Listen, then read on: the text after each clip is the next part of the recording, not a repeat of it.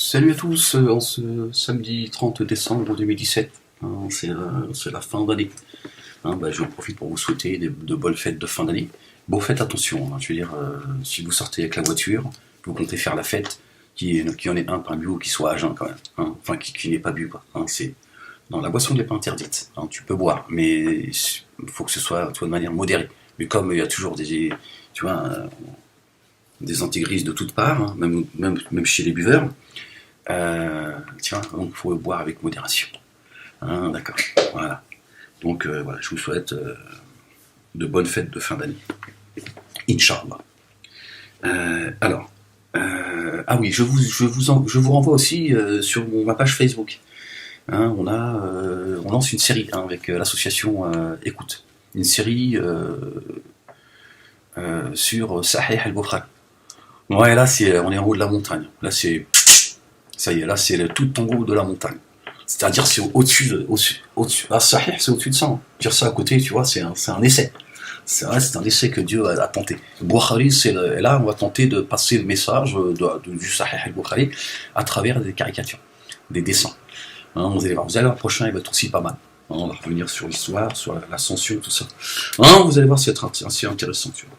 5 euros, 5 dirhams le tour de manège. Alors, euh, bien évidemment, faites tourner un maximum les dessins, hein, les caricatures qui arrivent. Il y en a une là, qu'on a annoncé déjà, on a retrouvé une photo de Mahomet et de son épouse, Aïcha. Hein, elle avait 6 ans. Hein, vous allez voir, elle est très jolie, elle est heureuse d'avoir été demandée en mariage par Mahomet.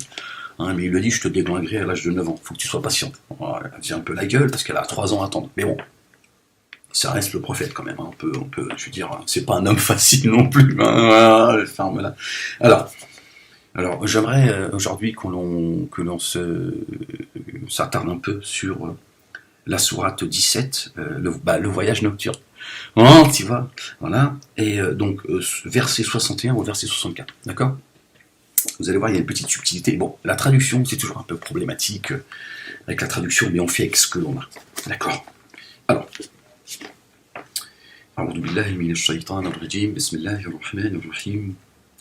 et lorsque nous avons dit aux anges, prosternez-vous devant Adam, ils se prosternèrent, à l'exception d'Iblis qui dit, me prosternerai-je devant quelqu'un que tu as créé d'argile ? Il dit encore, vois-tu celui que tu as honoré au-dessus de moi ? Si tu me donnais un répit jusqu'au jour de la résurrection, j'éprouverais certes sa descendance, excepté un petit nombre parmi eux. Il dit encore, ça me gêne, il dit encore, parce que c'est là où on est en train de c'est là où on trompe les gens en fait. Et Allah dit, va-t'en, quiconque d'entre eux te suivra, votre sanction sera l'enfer, une ample rétribution. Excite par ta voix ceux d'entre eux que tu pourras. Rassemble contre eux ta cavalerie et ton infanterie. Associe-toi à eux dans leurs biens et leurs enfants, et fais-leur des promesses. Or le diable, ne leur fait des promesses qu'on tromperie. Et donc c'est là où il y a une subtilité que tout le monde ne comprend pas. Hein ? D'accord ? Le verset 61 dit, et lorsque nous avons dit aux anges, prosternez-vous devant Adam. Ils se prosternèrent, à l'exception d'Iblis. D'accord ? À l'exception d'Iblis. Et Dieu, dans le verset 64, dit, or le diable ne leur fait des promesses qu'en tromperie.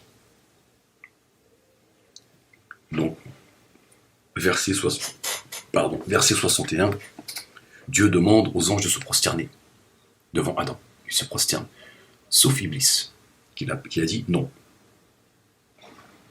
D'accord ? Tu l'as créé d'argile, je me prosterne pas devant lui. Tu m'as créé de feu, sans fumée. Bon, c'est pas dit dans ce verset-là, mais c'est... Et le verset 62 dit, il dit encore, et c'est là, la traduction, elle est, tu vois...